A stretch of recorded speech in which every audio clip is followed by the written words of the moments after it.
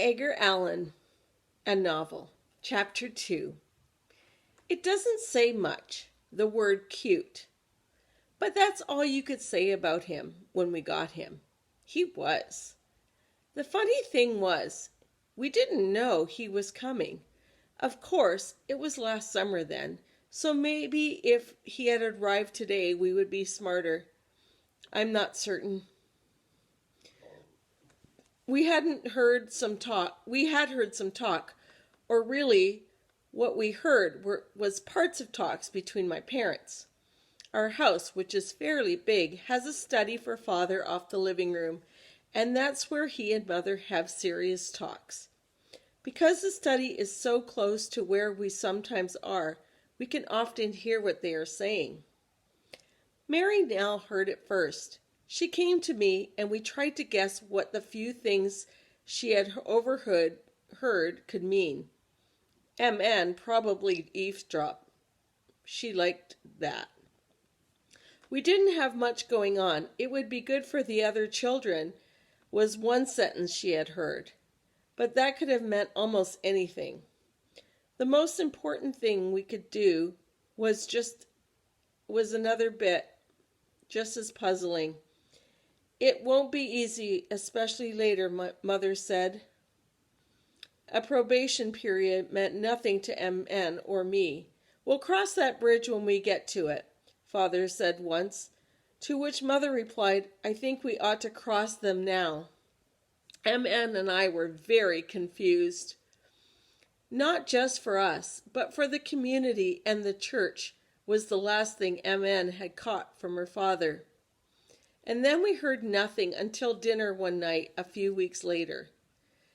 It was right after Stephen Paul's third birthday, and he was sitting at the table in a regular chair for the first time. It was sort of a graduation dinner, and Stephen's high chair was in the corner to remind him, I guess, that he was all grown up. Sally Ann had been coaching him all day on his table manners, but Stephen sat at the table playing with his food and looking around and ignoring all of Sally Ann's instructions. I suspect Stephen had been over-rehearsed. We're going to have a newcomer here at dinner soon, Mother said. Oh, said MN, not paying much attention. Who? Your new brother, answered my mother. MN heard this. So did we all. S.A. and me. We just stared at her.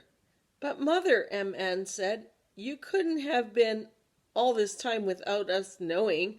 I mean, MN, what your mother means to say is we are thinking of adopting a little boy, Father said quickly. We thought you might want to know this in advance. Having another child doesn't mean any less attention for you children, or less love, you know, Mother said to Sally Ann. It just means we have so much, your father and I, that we thought we could surely spare some for one more child. Then there was a pause, and MN jumped right in. Well, she said, I think it's just Marvy. So much easier this way, isn't it, Mother? Mother laughed, in some ways. 4 seems like a pretty good family, I said. No one paid attention. How old is he? S.A. wanted to know.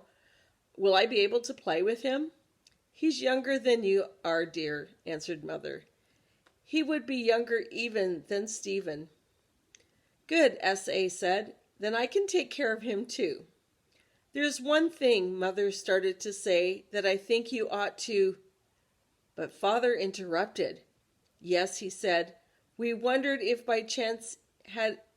you had by any chance any preferences, like color of his eyes, or hair, or skin, or shoe size. Details like that.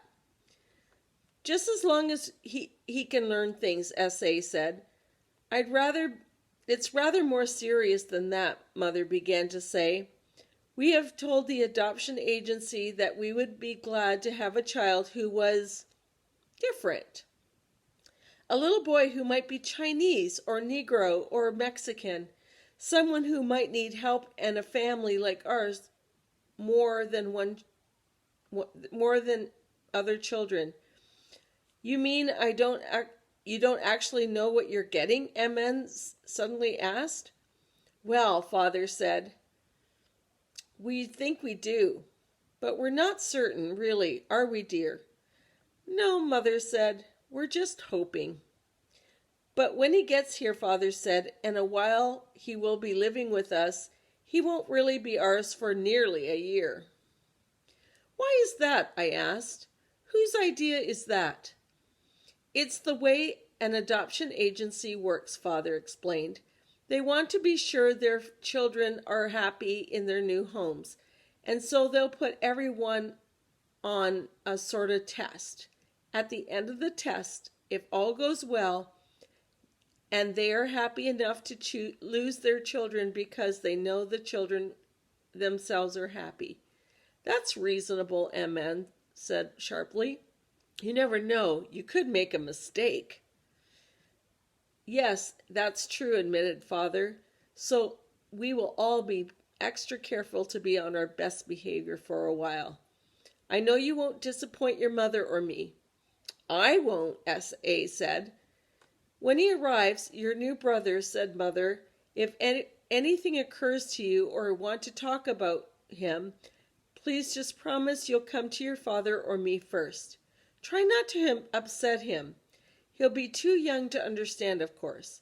But some children learn to hear well before they learn to speak. None of us would want to say anything that might make him unhappy. I don't see how we could, Emman said. After all, he's only a child. My father smiled. Yes, that's true. He's only a child. I hope you can learn things, Sally Ann said to Mother as they both began to clear the table.